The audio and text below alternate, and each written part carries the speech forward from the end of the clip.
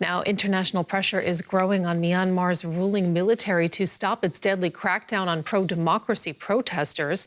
Foreign ministers from Southeast Asian countries are holding talks with the military junta today in an attempt to tackle the crisis. Police opened fire to disperse protesters around the country on Tuesday, witnesses said. Security forces have stepped up their response to demonstrators in recent days using tear gas and rubber bullets. The UN says that at least 18 protesters were killed on Sunday. Protesters are calling for a return to democracy after the military seized power a month ago.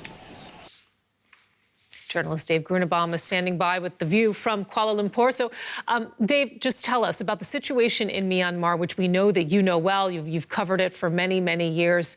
Foreign ministers from neighboring countries, the ASEAN group, they're set to hold talks with the junta in Myanmar today. Why is this meeting so controversial?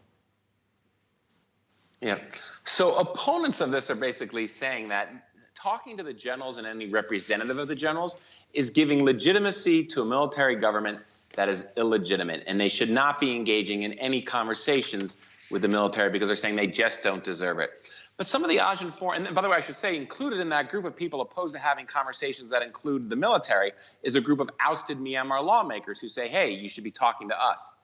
But ASEAN foreign ministers have been saying, look, we have to engage with the military, that ignoring them is not going to help us get to a solution to this problem. It's just going to isolate them and they're going to continue on their path. So the only way to come up with a workable solution is to give the military generals a seat at the table. But how much influence can they really have on these generals?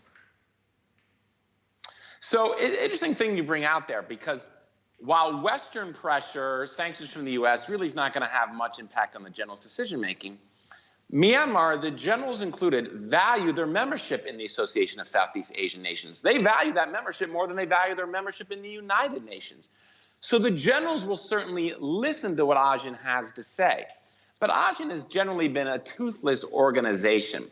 Now, short term, the best we can hope from ASEAN is that they can get the generals to commit to no more deadly force on the protesters. If the generals commit to that and actually stick with it, that would be a short-term accomplishment. But long-term, for ASEAN to help come up with some sort of workable solution that all sides can agree on is going to be a huge undertaking, because right now both sides are showing little room for compromise on their demands. It's clear, Dave, that protesting is becoming more dangerous. Meantime, on the ground, when we look at the situation there, amid a crackdown that's been happening in the past days, tell us a little bit more about how that is impacting resistance efforts. Yeah, so you see some of the protesters who are out there now. They've got some sort of makeshift protection. Some of them are wearing construction hard hats, goggles that you can buy in a hardware store. They've got sort of makeshift shields. But, you know, against live rounds, I'm not sure how much protection that's really going to provide, which is why a lot of the demonstrators, they've written on their arms, they've written their blood type and the contact information for their next of kin.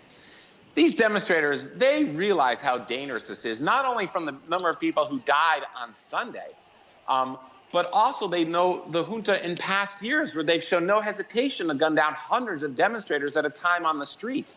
But some of these demonstrators have said, if necessary, they are willing to die for this cause, because they believe if they do not stand up to this military government now and fight back against this coup, they believe that any hope of having a true democracy in this country will be lost for at least another generation. That sense of resolve is really incredible to witness. Journalist Dave Grunebaum joining us with the latest on the situation in Myanmar. Thank you.